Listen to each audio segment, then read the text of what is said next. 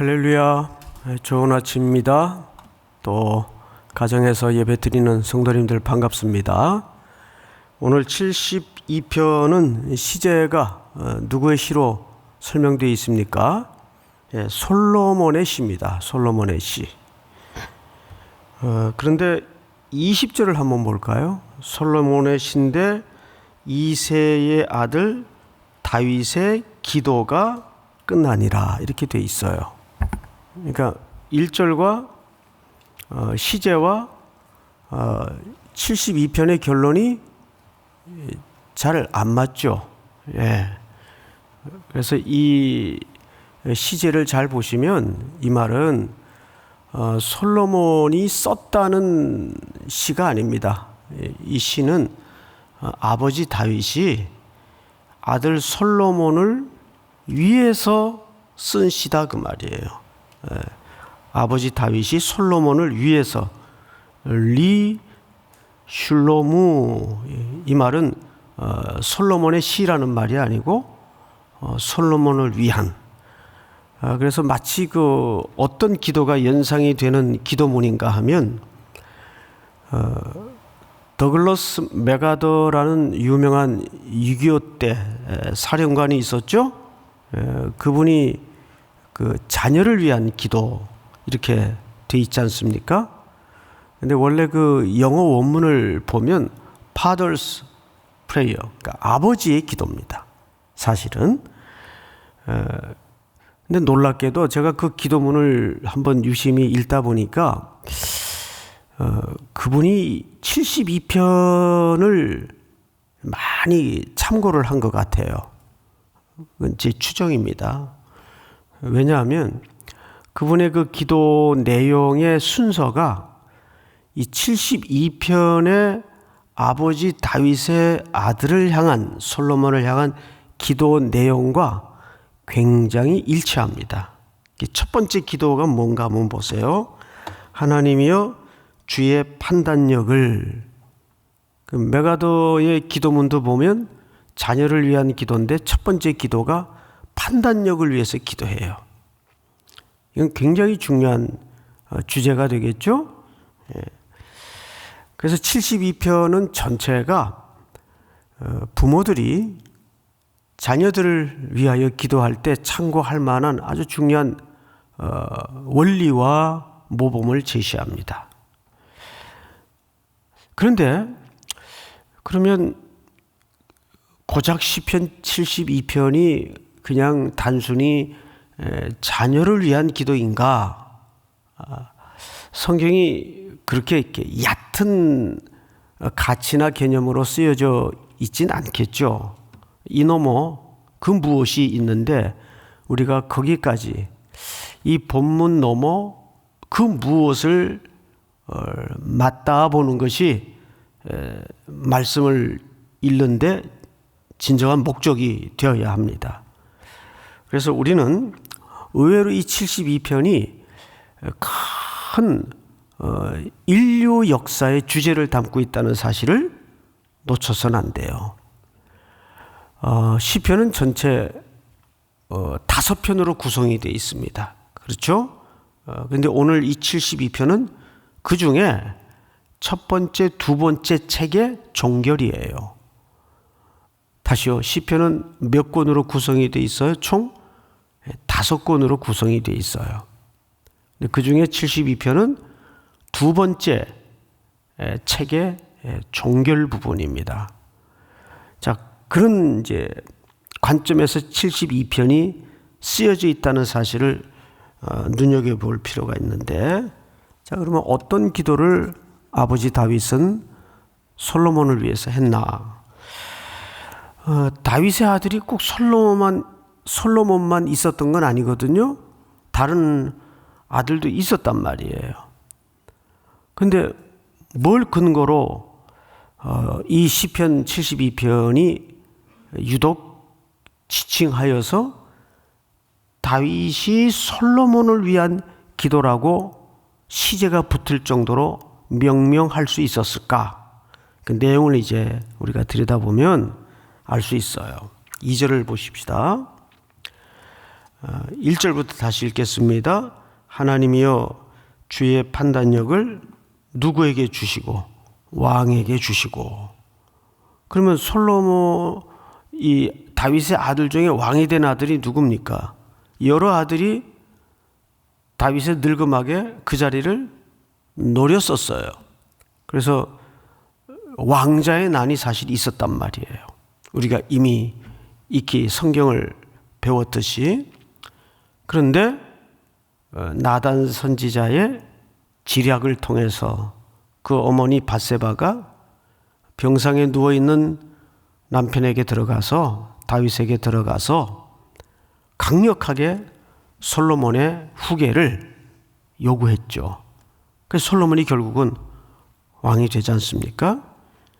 아마도 이 시는 그 즈음에 이제 후계가 될 그 솔로몬 아들을 위해서 다윗이 이제 기력이 쇠해진 그런 상황에서 마지막 진액을 다 짜내서 붓을 들어 아들을 위한 기도문을 남겼겠죠. 이런 왕이 되게 해달라고. 2절을 한번 볼까요? 그가 주의 백성을 공의로 재판하며 주의 가난한 자를 정의로 재판하리니 의로 말미암아 산들이 백성에게 평강을 주며 작은 산들도 그리 하리로다. 참 아버지의 그 마음은 어느 역사나 비슷해요. 그러니까 솔로몬이 여기서 분별력만 기도한 것뿐만 아니라 온 피조 세계가 다 우리 아들에게 복이 되게 해달라고 기도를 하는 거예요. 참 기도가 놀랍죠? 이건 뭐 아버지로서 무슨 욕심이라고 말할 순 없죠. 뭐 저라도 그렇게 기도하지 않겠어요?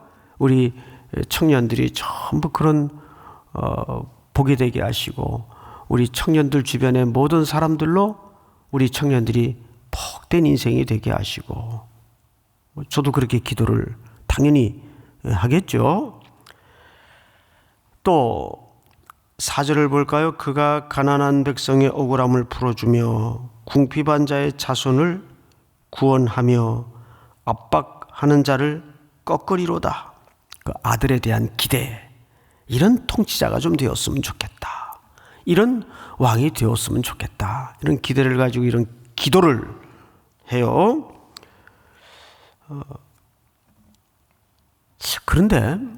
그런데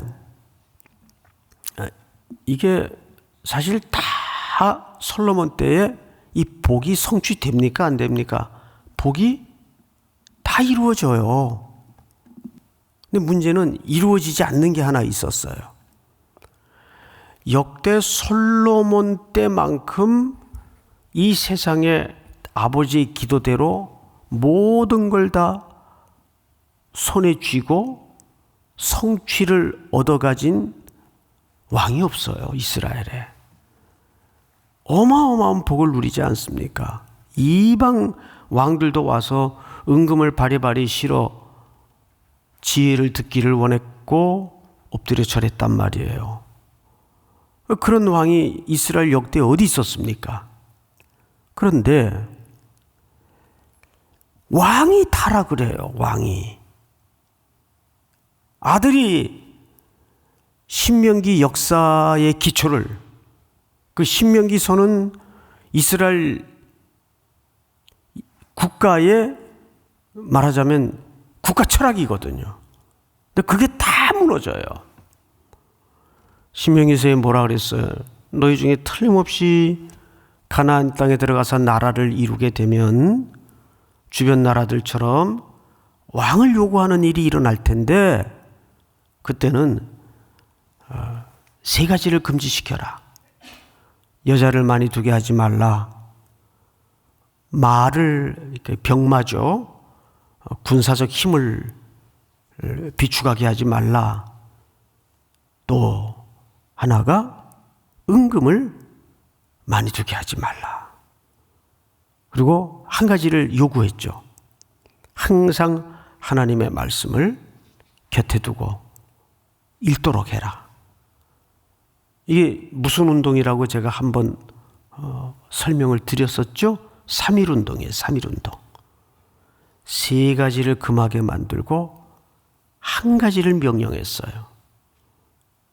근데 이걸 누가 다 깹니까? 솔로몬 때 다 무너져요. 여인을 1,000명씩이나 두고 은금은 하도 많아서 계단을 만들고 방패를 금으로 만들고, 얼마나 은금이 많았으면. 뿐만 아니에요. 애굽에서 너무 말들을 많이 사들여 가지고 그걸 나중에 도로 팔아요. 그 말로 재테크를 하는 거죠. 말이 안 되는 얘기죠. 이게 다 깨집니다. 하나님께서는 아버지의 기도대로 이 솔로몬에게는 모든 걸 구비시켜 줬어요. 부족함이 없도록. 마치 첫 아담을 에덴 동산에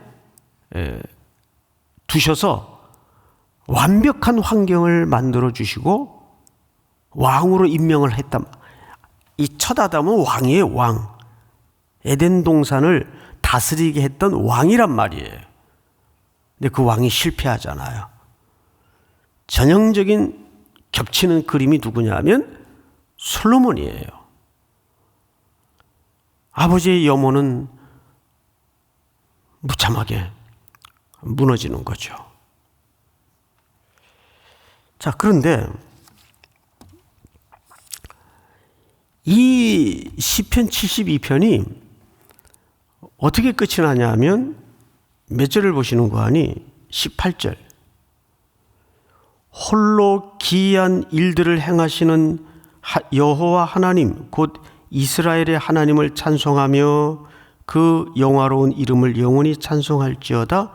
온 땅이 그의 영광이 충만할지어다. 아멘 아멘.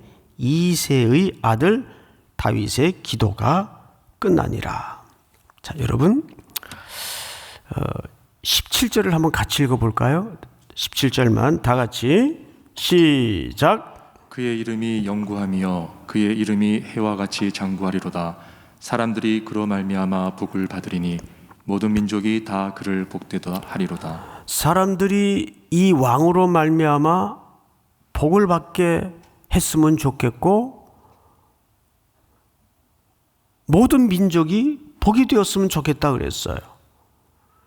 그런데 여러분 기억나시죠? 솔로몬이 왕에서 이제 물러나고 다음 왕을 뽑아야 되는데 이스라엘 다윗이 왕에서 물러나고 다음 왕을 뽑아야 되는데 덜커덕 누가 됐죠?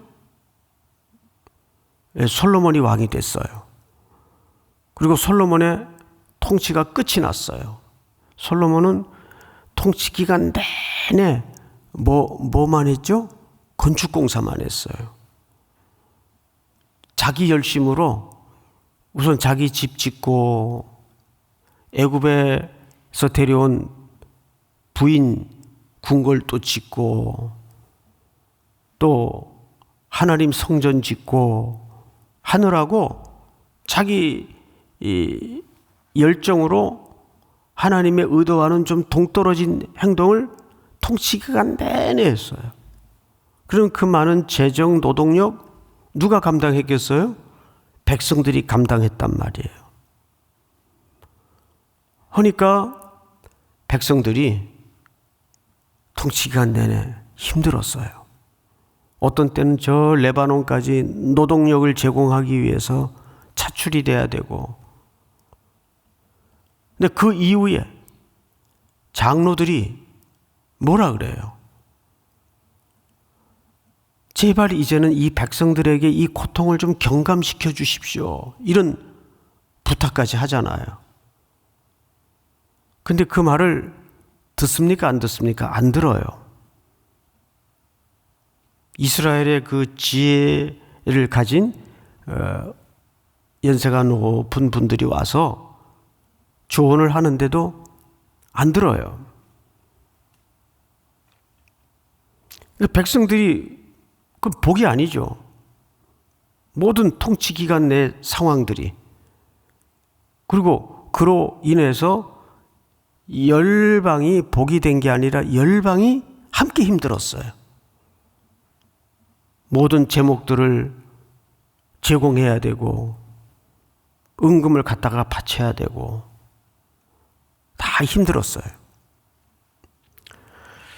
자, 사실은 이것이 어떻게 성취가 되냐 하면 우리 창세기 12장을 한번 볼까요? 여호와께서 아브라함에게 이르시되 너는 너의 고향과 친척과 아버지의 집을 떠나 내가 네게 보여줄 땅으로 가라 그랬어요.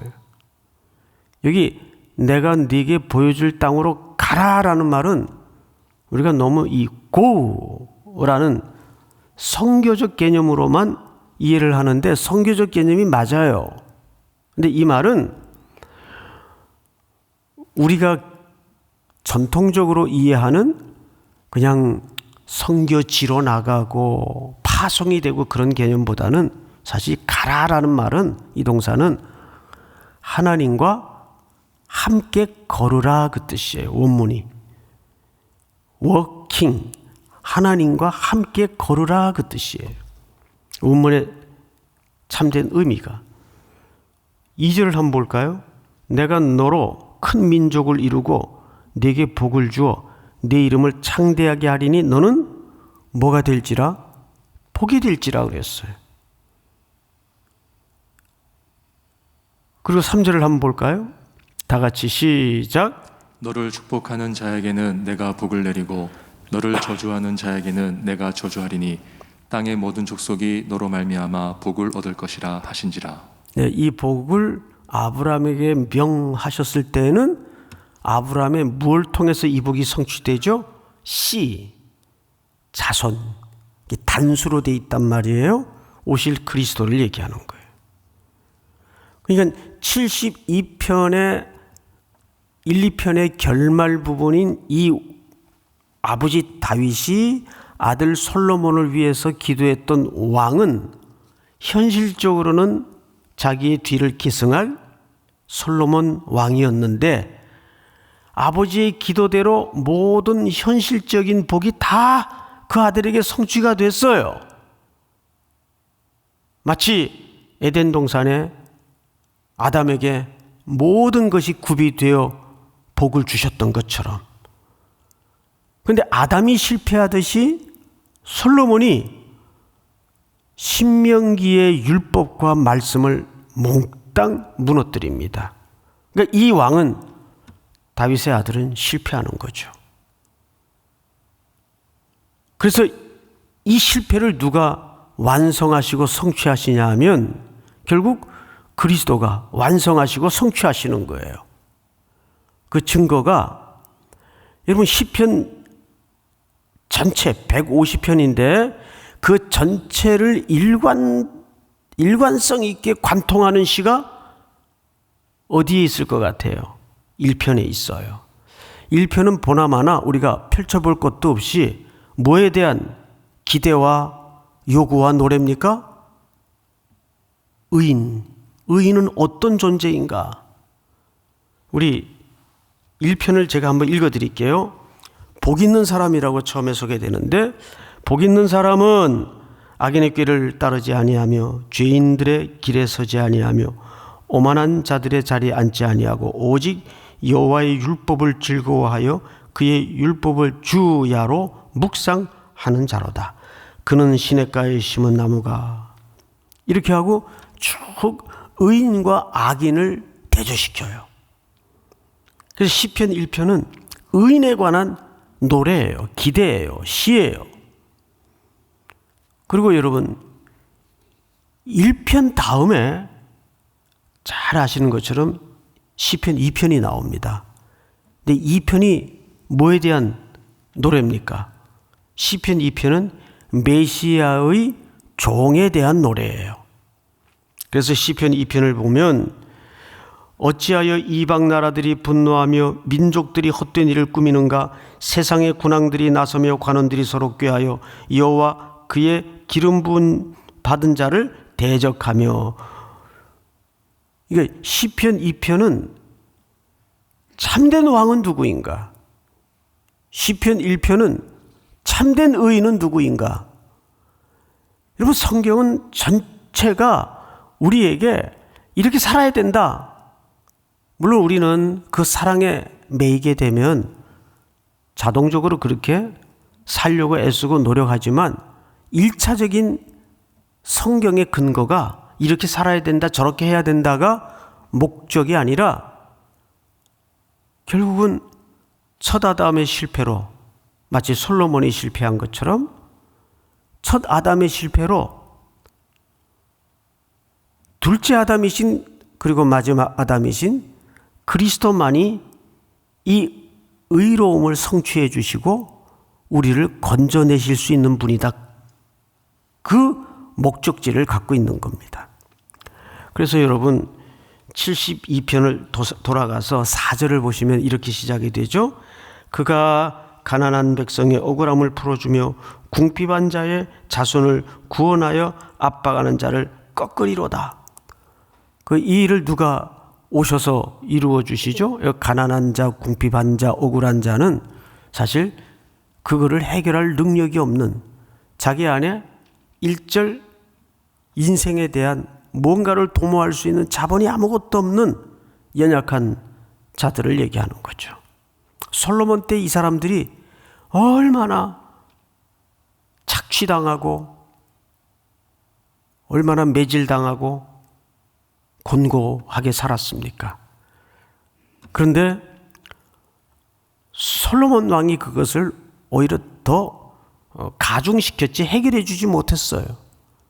그래서 이 시편을 통해서는 사실 다윗의 기도이지만 다윗의 기도 속에 어떤 희미한 그림자가 감춰져 있는가 하면 참된 왕이 오셔야 되겠구나. 그 솔로몬의 타락과 실패를 통해서는 우리가 결국 이 세상에 뭐 그렇게 대단해 보이는 모든 걸 갖춘 솔로몬이지만 우리의 문제를 해결할 수 있는 왕이 아니구나. 그래서 이스라엘 백성들이 참된 왕이신 메시아, 오실 왕 중의 왕이신 그리스도를 갈망하게 되고 대망하게 되고 앙망하게 되는 거죠. 믿습니까? 결국 우리가 다음 세대를 위해서 기도한다는 것은 무슨 기도를 해야 될까요? 어제도 잠깐 말씀을 드렸지만 그들이 세상적으로 잘 되는 것도 기도하세요. 안 하는 것보단 나아요. 근데 진짜 기도할 것은 예수로만 소망 삼는 다음 세대가 되게 하여 주시옵소서. 그거 없으면 진짜 아무것도 아니에요. 다음 세대를 위한 기도는, 자녀들을 위한 기도는 결국 아멘 주 예수여 어서 오시옵소서, 이 고백으로 온 인류가 하나 되는 찬송을 부르게 하여 주시옵소서. 이것이 72편의 결말입니다. 그래서 72편은 결국 시편 1편, 2편의 성취예요. 완성이고 더 거슬러 올라가면 아브라함을 통해 모든 민족에게 복을 주시겠다는 창세기 12장의 성취이면서 그 성취는 참된 왕 그리스도로만이 완성될 것을 설명하고 있는 겁니다. 이렇게 여러 달 진행되었던 시편 새벽 묵상은 이제 오늘로써 마쳐집니다. 이제 내일 새벽부터는 갈라디아서 말씀이 시작이 될 거예요. 결국 시편 우리가 여러 장을 헤아려 봤지만 계속 우리의 이 병든 의식, 이 복잡한 의식을 선명하게 집중시키는 주제는 그리스도밖에 없어요. 오늘도 그 예수로 소망 삼는 한 날이 될 수 있기를 주님의 이름으로 축복합니다. 우리 다 같이 한번 특별히 오늘은 자녀를 위해서 또 우리 다음 세대를 위해서 한번 기도하고 예수로 소망 삼는 세대가 되게 하여 주시옵소서. 우리 한번 주여 부른 다음에 통성으로 기도하십시다. 주여, 사랑하시는 하나님 아버지 감사합니다. 오늘도 주신 말씀 붙잡고 하루를 시작합니다.